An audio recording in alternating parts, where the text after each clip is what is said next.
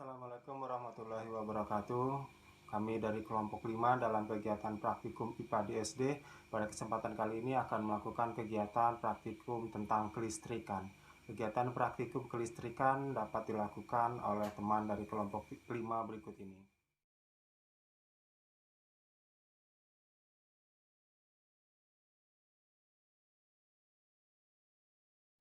Assalamualaikum warahmatullahi wabarakatuh. Perkenalkan, kami dari kelompok 5. Di sini kami akan melakukan kegiatan praktikum tentang percobaan muatan listrik. Adapun tujuan dari percobaan kami untuk menunjukkan adanya muatan listrik pada suatu benda akibat timbul dari sifat muatan.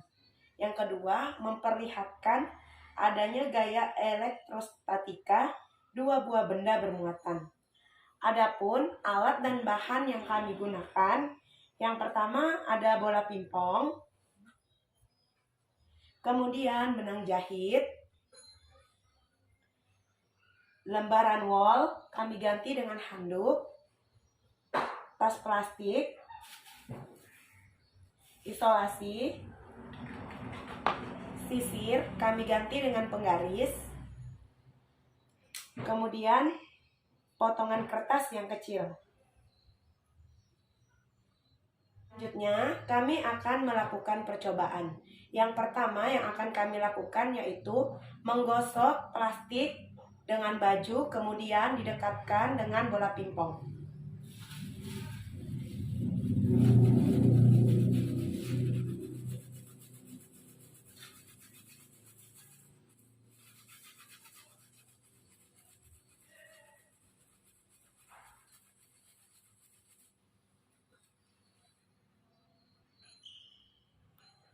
Nah, di sini terlihat bola pingpong dan plastik saling menarik. Percobaan yang kedua,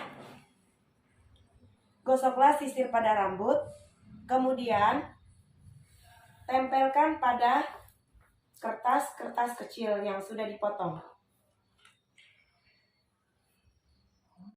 Setelah digosok dengan rambut, kemudian didekatkan oleh potongan-potongan kecil kertas. Di sini kita akan melihat apa yang terjadi. Nah, di sini potongan kertas menempel pada penggaris. Jadi di sini adanya daya tarik-menarik antara penggaris yang sudah digosokkan dengan rambut dengan potongan kertas-kertas kecil. Kemudian kita amati beberapa menit setelah penggaris digosokkan oleh rambut. Nah, di sini terlihat tidak ada kertas yang menempel pada penggaris. Kami akan menggosok kedua bola pingpong sebelah kanan dan kiri dengan kain wol.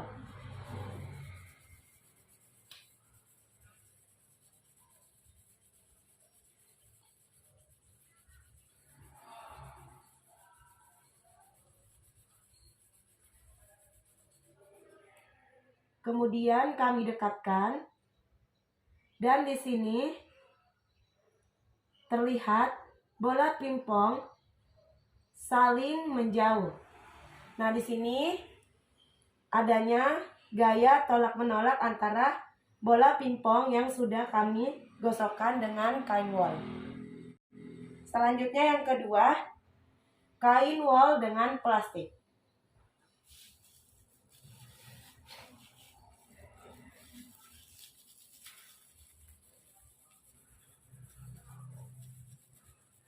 Kami gosok dengan plastik dan kain wol. Di sini terlihat ada gaya tarik-menarik antara bola pingpong kanan dan bola pingpong kiri. Selanjutnya kami akan menggosok dengan kain wol dan nilon.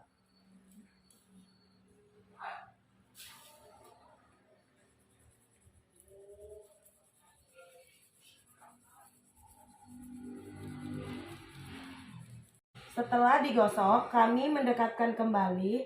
Nah, di sini terlihat kain wol dan kain nilon yang digosokkan pada kedua bola pingpong. Terjadi adanya gerak gaya tarik-menarik antara kedua bola pingpong. Dan yang terakhir, ketika kami membiarkan kedua bola pingpong saling menggantung. Di sini terlihat tidak ada gaya tarik-menarik ataupun tolak-menolak antara kedua pingpong. Berdasarkan percobaan yang kami lakukan terkait muatan listrik, maka dapat disimpulkan bahwa benda yang digosokkan pada bola pingpong yang dimana benda tersebut adalah benda yang sama akan menghasilkan daya negatif atau tolak-menolak. Sedangkan benda yang digosokkan pada bola pingpong, yaitu benda yang berbeda, akan menghasilkan daya positif, yang dimana termasuk daya tarik-menarik. Kelompok 5 akan melakukan percobaan tentang arus dan tegangan listrik. Adapun tujuan dari percobaan ini, yang pertama yaitu menjelaskan aliran arus dalam suatu rangkaian listrik. 2. Menjelaskan pengaruh tegangan terhadap suatu rangkaian. Adapun alat dan bahan yang kami persiapkan yaitu baterai 1,5 volt 3 buah. Di sini adalah baterai yang ukuran sedang. Kemudian yang kedua adalah kabel penjepit secukupnya, merah dan hitam. Yang ketiga, bola lampu 2,5 volt. Kemudian dudukan baterai 3 buah. Ya, selanjutnya di sini adapun bahan tambahan yang kami gunakan yaitu kawat besi, kawat tembaga, sendok perak, kayu, karet penghapus, grafit atau mata pensil, kertas, tas plastik, air keran, dan air garam. Ya, bahan-bahan ini adalah bahan pendamping yang dimana digunakan untuk percobaan dalam arus dan tegangan listrik. Yang pertama yaitu mengetahui arus listrik. Susunlah baterai secara seri. Hubungkan kabel merah pada kutub plus dan kabel hitam pada kutub min. Salah satu ujung kabel merah dan hitam yang telah terpasang bola, kita lihat apakah mengandung arus listrik. Ya, di sini ada aliran arus listrik karena lampu menyala. Ya, selanjutnya yaitu kita menggunakan bahan lain. Yang pertama yaitu kawat besi.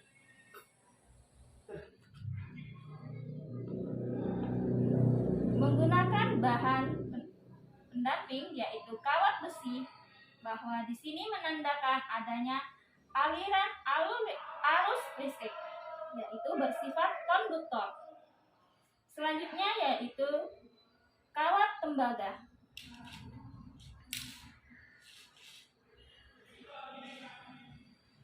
Ya, hasilnya di sini mengandung arus listrik dan bersifat konduktor karena lampu menyala. Selanjutnya yaitu sendok perak.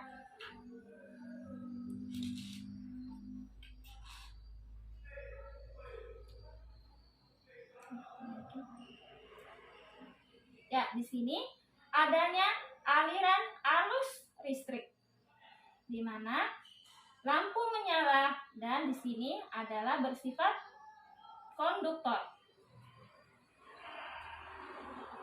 Selanjutnya yaitu kayu.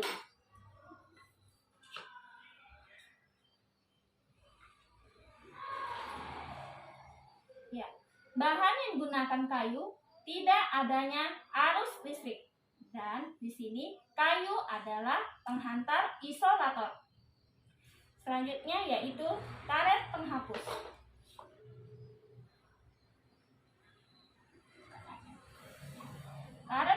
penghapus di sini tidak menghantarkan arus listrik dan penghapus adalah penghantar isolator. Kemudian mata pensil.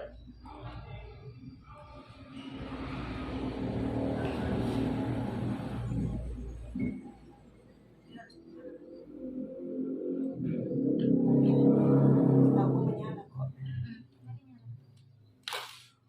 Kalau ini mata pensilnya nggak bagus.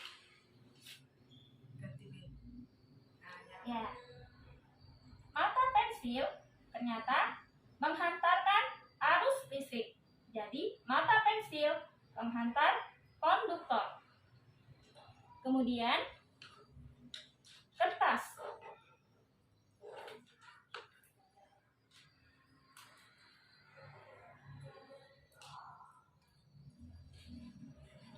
Kertas tidak menghantarkan arus listrik. Jadi kertas adalah penghantar benda yang bersifat isolator. Kemudian tas plastik. Tas plastik tidak menghantarkan arus listrik, yang dimana tas plastik adalah isolator. Selanjutnya adalah air keran. Ya, air keran menghantarkan arus listrik dan air keran bersifat konduktor meskipun nyalanya tidak terlalu terang. Selanjutnya benda yang terakhir yaitu air garam.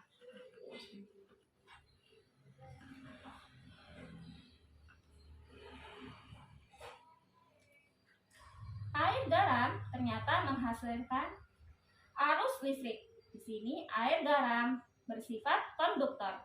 Perlu diketahui, garam mengandung ion yang dimana tegangan dalam listriknya sangat kuat.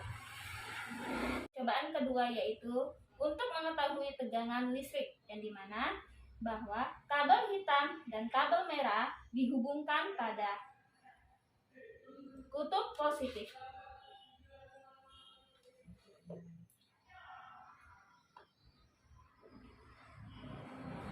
Di sini menghasilkan tidak adanya arus listrik. Selanjutnya yang kedua yaitu menghubungkan kabel hitam di kutub positif dan kabel merah di kutub negatif. Di sini adanya tegangan arus listrik. Selanjutnya yaitu kabel hitam diletakkan di kutub negatif dan kabel merah di kutub positif.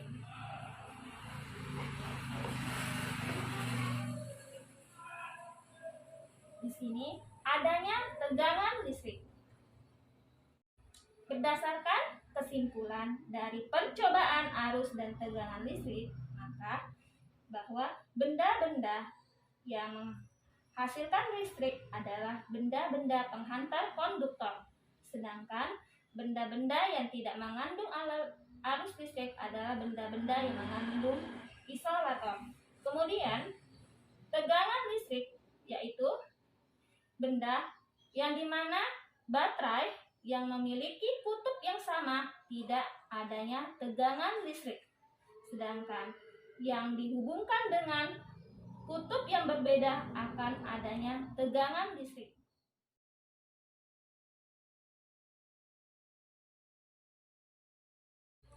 Assalamualaikum warahmatullahi wabarakatuh. Di sini kami akan melakukan percobaan yang ketiga yaitu tentang energi listrik. Nah, di sini kami sudah menyiapkan alat bahan yang sudah kami rangkai. Ada 3 buah baterai, kemudian kabel penghubung, selanjutnya ada tembaga atau besi dan korek api, kemudian ada apometer, namun di sini kami menggunakan termometer untuk mengukur suhu yang terjadi. Percobaan yang pertama, kawat besi kita hubungkan dengan baterai. Kemudian kita amati apa yang terjadi. Nah, di sini yang terjadi pada lilitan kawat besi ini, jika disentuh, dia terasa panas. Selanjutnya, setelah 2 menit, kami akan meletakkan korek api pada kawat besi.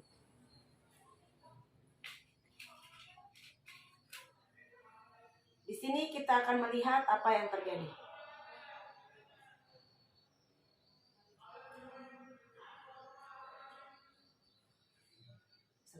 Di sini, setelah disentuh dengan kawat besi, korek api menyala karena ada tegangan listrik pada kawat besi. Selanjutnya, kita akan mengukur suhu pada kawat dengan saklar dilepas.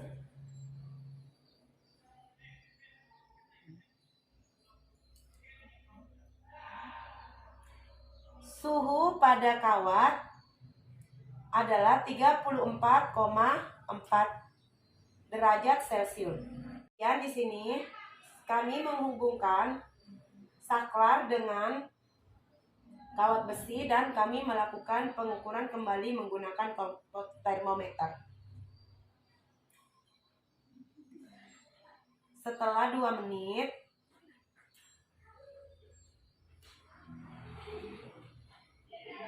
suhu pada termometer naik hingga 40 derajat Celcius.